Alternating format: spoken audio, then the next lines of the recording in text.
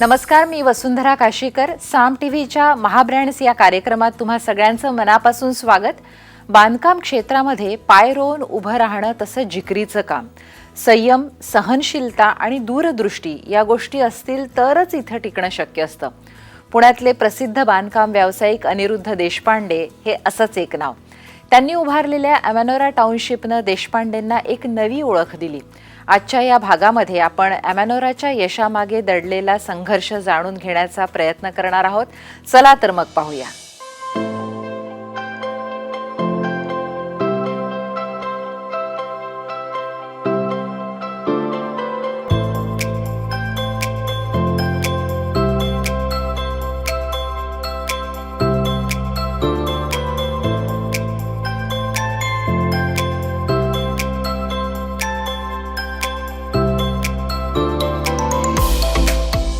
अनिरुद्ध देशपांडे फक्त नाव पुरेसं आहे. बिल्डर कन्स्ट्रक्शन मध्ये पैसे गुंतवतात. अनिरुद्ध देशपांडे त्यांचा जीव गुंतवतात. मूळचे पुण्याचे असलेले अनिरुद्ध देशपांडे हे पहिल्या पिढीचे व्यावसायिक. त्यांच्या कुटुंबात यापूर्वी कधीही कुणीही बिझनेस केला नाही. पण अनिरुद्ध देशपांडे यांनी स्वतःची वेगळी वाट निवडली. ही वाट खडकाळ होती. तिचा राजमार्ग त्यांनी स्वकष्टानं बनवला. बांधकाम क्षेत्रात आज उभारलेल्या साम्राज्याची वीट अनिरुद्ध यांनी रचली आहे. पुण्यातील सिटी कॉर्पोरेशन लिमिटेडचे व्यवस्थापकीय संचालक आणि प्रमोटर्स म्हणून ते काम पाहत आहेत. 86 मध्ये असाच आम्ही 2-3 मित्र एकत्र असताना आमच्या इथे एक व्हॉलंटियर होता मुलगा कुलकर्णी म्हणून, आणि तो माझा एक आत्ता जो पार्टनर होता त्याचा तो काय म्हणायचं त्याला नेबर होता. तर तो म्हटलं की ह्याच्याकडे एक प्लॉट आहे बिबेवाडीमध्ये, ह्याला एक स्कीम करायची आहे. तर म्हटलं आमचा काही संबंध नाही, पण माझ्याबरोबर जे कॉलेज शाळेपासून 2 मित्र होते ते तोपर्यंत वाडियामधनं सिव्हिल इंजिनियर झाले होते. तर म्हटलं करायचं आहे का आपल्याला, हा बघ हा याला विचारतो आहे. तर त्याच्याबरोबर त्या माणसाचं बोलणं झालं आणि आम्ही NOC मागायला गेलो महेश सहकारी सोसायटीमध्ये. ते म्हटले तुमचा काय एक्सपिरियन्स. म्हटलं आम्ही आत्ता तर फर्म तयार केली आहे. तोपर्यंत 86 मध्ये आम्ही एक दोन छोटी रजिस्ट्रेशन करून गव्हर्नमेंटची कामं घेतली होती, कारण का ते दोघं सिव्हिल इंजिनियर झाले होते म्हणून ती कामं घेतली होती. तर तेवढाच आमचा एक्सपिरियन्स होता. तरी त्या माणसाने आमच्या ओळखीचा म्हणून आम्हाला तो प्लॉट दिला. आणि ॲक्च्युली सगळेच लोक, बरेचसे लोक त्यांच्या बिझनेसमध्ये बाय ॲक्सिडेंट येतात. माझी त्याच्यात आवड नव्हती. माझी आवड अशी होती की आपल्याला कुठलं ना कुठलं तरी टाउनशिप टाईप प्रोजेक्ट जेव्हा करायचे आहेत ते केलं नाही तर आपण काही कॉन्ट्रीब्यूट नाही करू शकत. सगळेच लोक करतात, 50-100 फ्लॅटची स्कीम करतात लोक.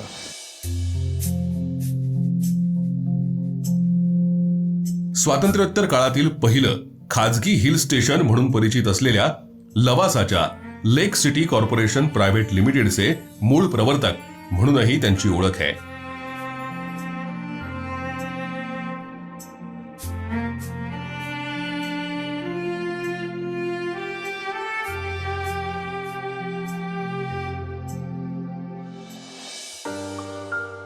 बांधकाम क्षेत्रात काळाच्या कसोटीवर टिकून राहणारी स्वतःची एक शैली त्यांनी विकसित केली आहे. भारतामध्ये म्हणजे इंडिपेंडंट इंडियामध्ये कुठल्याच इंडियन माणसाने आत्तापर्यंत हिल स्टेशन केलेलं नाही आहे.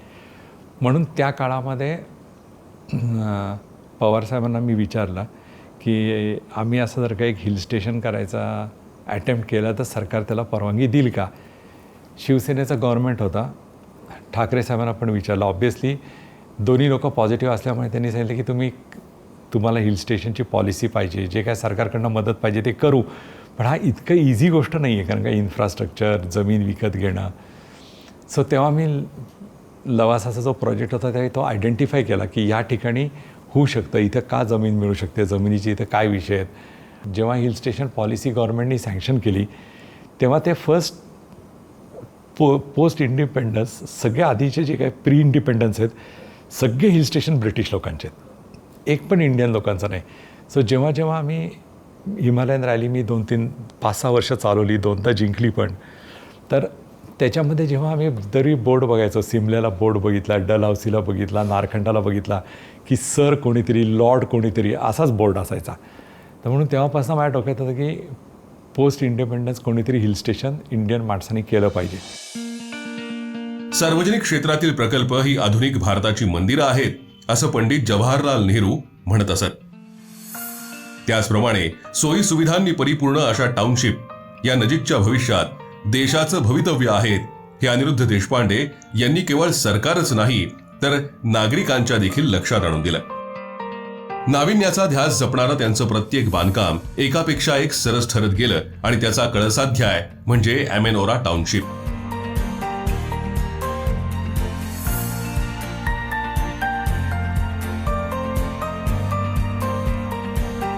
महाराष्ट्रातील सर्वात मोठी टाउनशिप म्हणून पुण्यातील अमेनोरा टाउनशिप ओळखली जाते.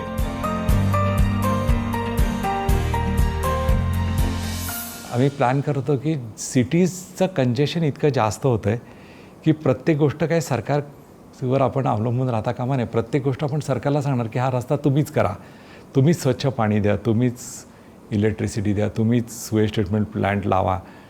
तर सरकार अर्बनायझेशनला किती वर्ष पुरून राहणार. तर या सगळ्या सिटीज कोलॅप्स होतील, आज न उद्या त्या कोलॅप्स होणार. सो बेटर ऑप्शन काय की त्यांनी जर का प्रायव्हेट प्लेयर्सला त्यांच्या सॅटेलाईट टाउनशिप करू दिल्या तर ते प्रायव्हेट प्लेयर्स या टाउनशिप मॅनेज करतील आणि तो रिअल इस्टेटचा एक वेगळा अँगल होईल की ज्या माणसाला मी फ्लॅट विकतोय त्याला मला आता 25 वर्ष 50 वर्ष सर्व्हिस द्यायची आहे. भारतात 2014 मध्ये स्मार्ट सिटी या संकल्पनेबद्दल बोललं जाऊ लागलं. मात्र त्याही कितीतरी आधी अमेनोरामध्ये स्मार्ट सिटीत येणाऱ्या माहिती तंत्रज्ञान, तांत्रिक सुलभता, पायाभूत सुविधा, सुरक्षा, स्वच्छ आणि हरित जीवन, सुलभ आणि त्रासमुक्त जीवनशैली या बहुतांश बाबींचा समावेश झालेला दिसून येतो. आपण नुसत्या स्मार्ट सिटी करून काम भागणार नाही आहे. आत्ता तुम्ही अनाऊन्स करताय स्मार्ट सिटी. स्मार्ट सिटी महानगरपालिकांना कळणार नाही. सो बेटर कन्सेप्ट आहे की आपण ग्लोबलायझेशनबद्दल न बोलता ग्लोकलायझेशनबद्दल बोलू. ग्लोकल म्हणजे ग्लोबल लोकल कॉम्बिनेशन करू. तर आम्ही एक सॅम्पल करून घेऊन गेलो होतो की पुण्यापासून एक सिटी आहे जवळची, समजा दौंड आहे. तर आपण दौंडमध्ये एक छोटी स्मार्ट सिटी केली पाहिजे. ती सिटी किती कोटीत होऊ शकते? 50, 100, 125 संपलं. कारण का त्या पॉप्युलेशनला काय पाहिजे आहे आणि क्रॉस सबसिडी करायला पाहिजे. तर ग्लोकलायझेशन हेच मॉडेल आहे ना इंडियाला पुढं नेऊ शकतं. नुसतं टाउनशिप, नुसतं सिटी सेंट्रिक अर्बन मॉडेल्स आहेत ना, ते तुम्ही जेवढी जास्त सुविधा द्याल तेवढे जास्त विलेजेस मोकळे होणार आहेत. तर ती कन्सेप्ट विलेजेस मोकळ्या करण्याची जर का आपल्याला करायची असली आणि नुसती अर्बनमध्ये क्राऊड आणायचा असला तर ते इझी आहे. पण ते सस्टेनेबल मॉडेल नाही आहे. त्या एरियामध्ये ॲस्पिरेशनल व्हॅल्यू कशा वाढवायच्या त्या विलेजच्या आणि तिथं कसं लोकांना तुम्ही तिथंच थांबवून धराल. किंबहुना जे पुण्यात लोक नवीन येतील, कुठला उत्तर प्रदेशचा माणूस आला तर तो जाऊन दौंडमध्ये राहतो का किंवा शिवापूरमध्ये राहतो का मुळशीमध्ये राहतो हे आपल्याला प्लॅन करावं लागेल. तरच ते ग्लोकलायझेशनचं मॉडेल सक्सेसफुल होईल. महाब्रँड्सच्या या भागात आता वेळ होते एका छोट्याशा ब्रेकची. तुम्ही कुठेही जाऊ नका. पाहत रहा साम टीव्हीचा महाराष्ट्रीय ब्रँड्सना सलाम करणारा विशेष कार्यक्रम महाब्रँड्स.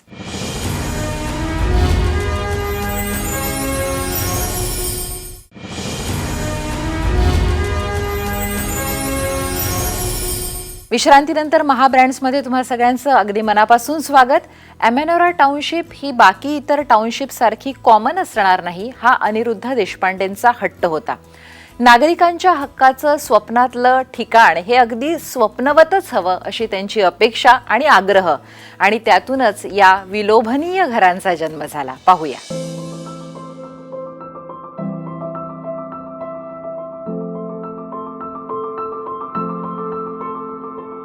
अत्युच्च दर्जाचं बांधकाम, आंतरराष्ट्रीय दर्जाची गुणवत्ता आणि कल्पनेला सौंदर्याची सुरेख जोड असं वर्णन जर अमेनोरा बाबतीत केलं तर ते वावगं ठरणार नाही.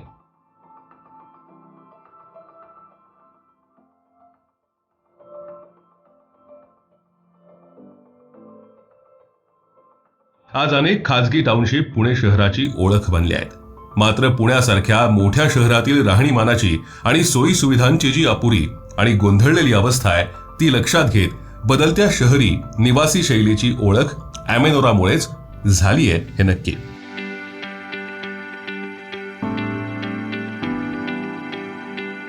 ॲमेनोराच्या रूपानं अनिरुद्ध देशपांडे यांनी आणखी एक मानबिंदू साकारलाय.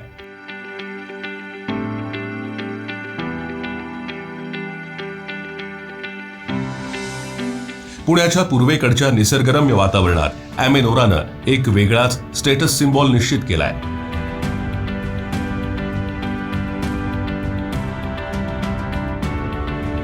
कुटुंबाला राहण्यायोग्य सुसज्ज अशा घरांबरोबरच ॲमेनोरामध्ये हिरवीगार उद्यानं, 24 तास मुबलक पाणी, वीज, गॅस, सुरक्षा व्यवस्था, आरोग्यासाठी लागणारं तातडीची मदत पुरवणारं रुग्णालय, CBSE, ICSE सारख्या शाळा, मनोरंजनाची साधनं, रेस्टॉरंट, कॅफे अशा नव्या उपनगरासारख्या सुविधा अनिरुद्ध देशपांडे यांनी उपलब्ध करून दिल्या आहेत.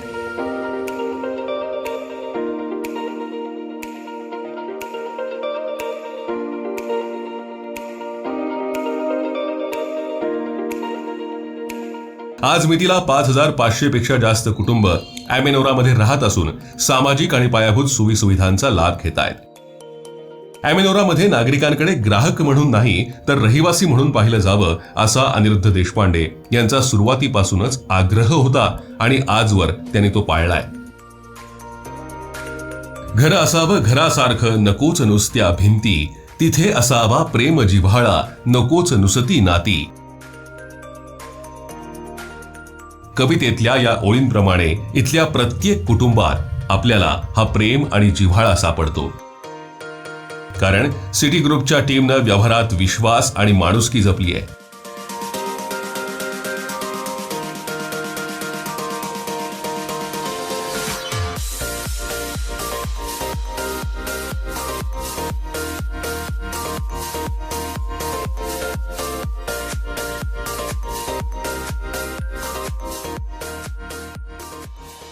इथे राहणाऱ्या कुटुंबाचा दिवस सुरू होतो अमृत पेल्यानं, अर्थात चहाच्या आस्वादानं.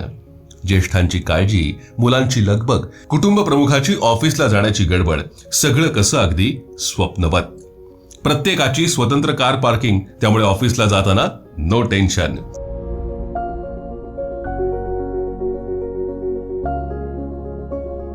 एखादी अर्जंट बिझनेस मीटिंग करायची झाली तर आहेच सुसज्ज रेस्टॉरंट.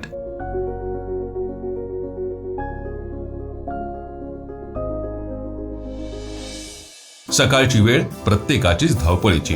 कोणी पर्यावरण स्टॅच्यू समोर व्यायाम करतोय तर कुणी योगा. ज्येष्ठांना फिरण्यासाठी नाना-नानी पार्क आहेच. मुलांच्या शाळेचं तर नो टेन्शन. फुल्ली डिजिटलाइज्ड अद्ययावत अशी ॲमेनोरा स्कूल आहेच की.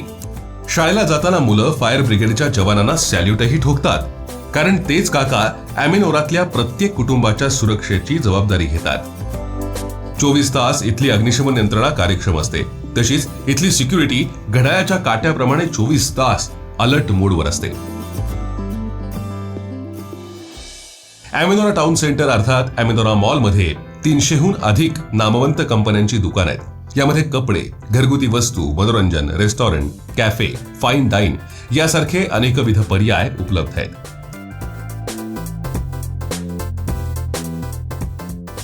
यामुळे प्रत्येक दिवस हा ॲमेनोराच्या रहिवाशांसाठी एक छान अनुभव ठरतो.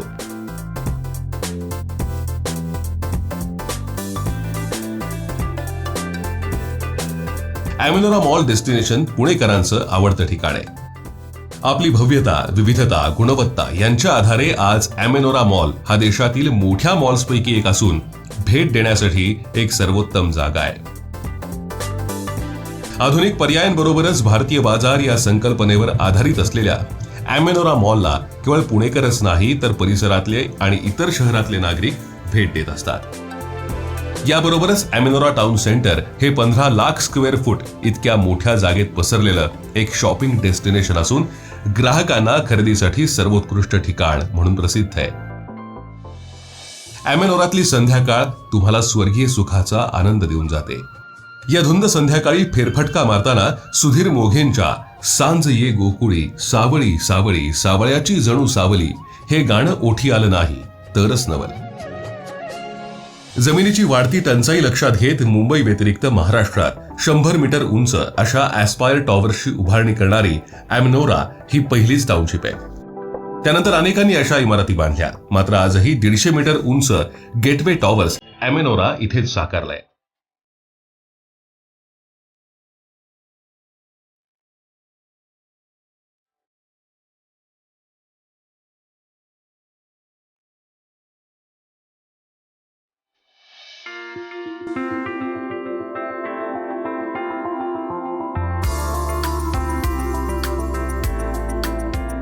सिटी ग्रुप कॉर्पोरेशनमध्ये आता आदित्योदय झालाय.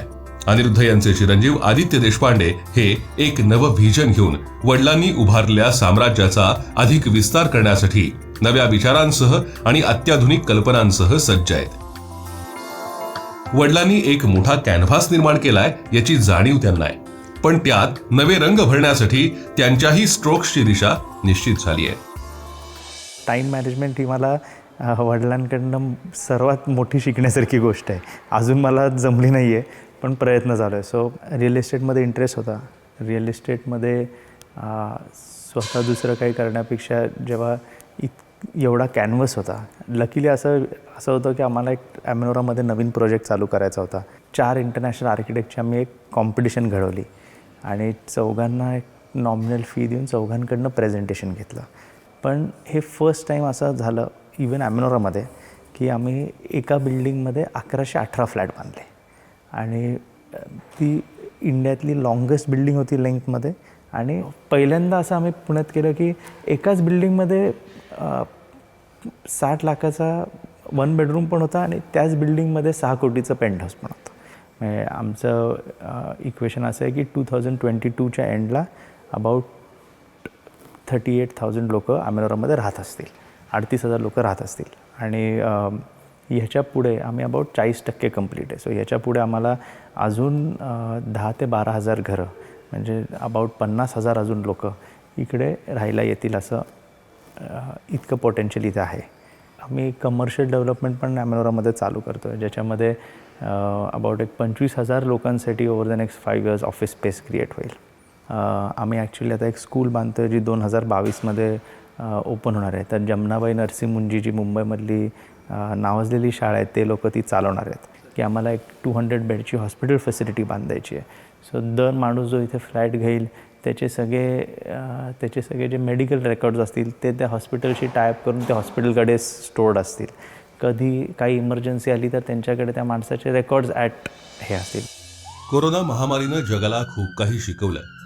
दूर गेलेली नाती आणखी जवळ आणली आणि कुटुंब एकत्र असण्याचं महत्त्व पटवून दिलं. या सगळ्याबरोबर स्वच्छ हवा, शांत परिसर आणि प्रशस्त जागा यांचं महत्त्व लोकांना पटू लागलं. त्यामुळे गर्दीचा किंवा शहराचा हट्ट सोडून शहरापासून लांब राहायला जाण्याची मानसिकता अनेक कुटुंबांची तयार झाली. कोरोनाचा मोठा फटका रिअल इस्टेट क्षेत्राला बसला असला तरी तो काही काळासाठीच असेल.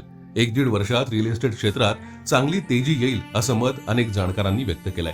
गेल्या काही महिन्यात रिअल इस्टेट क्षेत्रात थोडी गती आली आहे. गेल्या 2 वर्षात सरकारनं होम लोनचं व्याज कमी केलं आणि घर खरेदी करणाऱ्यांना टॅक्समध्ये सूट दिली, ज्यायोगे बांधकाम व्यवसायाला चालना मिळताना दिसून येते. रिअल इस्टेट क्षेत्रात चांगले दिवस येतील असा विश्वास आदित्य देशपांडे यांनी व्यक्त केला.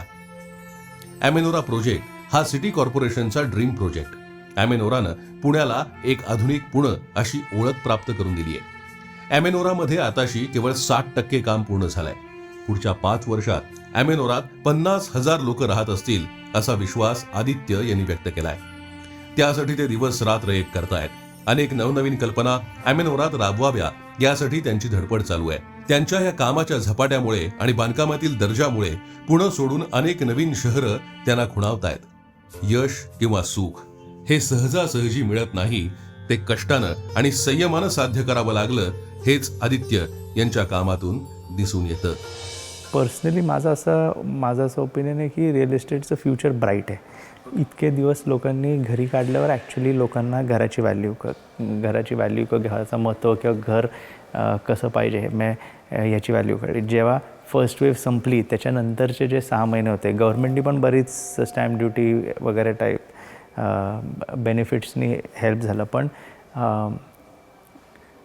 आम्ही ऑल कॅटेगरीचे घरं, जो बंगला असू दे किंवा 1 बेडरूम असेल, सगळ्यासाठी रोबस्ट डिमांड आहे. कारण की जो माणूस त्याचं डिसिजन टाळत होता की मला बघू 1-2 वर्षांनी घर अपग्रेड करायचं आहे मोठ्या घरचे, त्याला आज कळलं आहे की मला बेटर घर पाहिजे. ते सोडून इन्फ्रास्ट्रक्चरची पण जी व्हॅल्यू आहे ना, ती पण actually over the last few years कळायला लागली आहे की टाउनशिपमध्ये राहण्याचे वीज, पाणी सगळ्या गोष्टी टाउनशिपचा हे प्रोव्हाइड करतो. सिक्युरिटी, अबाउट 300 सिक्युरिटी गार्डची टीम आहे. सो ह्या सगळ्या गोष्टींची पण लास्ट 2 वर्षामध्ये लोकांना बरीच जाणीव झाली आहे. सो माझ्या हिशोबाने रिअल इस्टेट चे चांगले दिवसच आहेत 2022पासून. आम्हाला कळलं आहे की आमची ॲक्च्युली एक्सपर्टीज आहे की लार्ज लँडचं पार्सल घेऊन त्याच्यावर काम करून त्याच्यावर व्हॅल्यू ॲडिशन करून एक वेगळी टाईपची ऑफरिंग क्रिएट करणं हीच आमचा फोर्टे आमचा स्ट्रॉंग पॉईंट आहे. सो सिमिलर टाईपचे प्रोजेक्ट्स आम्ही एक्सप्लोअर करतो आहे. वेस्टर्न पुणेमध्ये काहीतरी करणार, मुंबईच्या परिसरात पण काहीतरी करणार.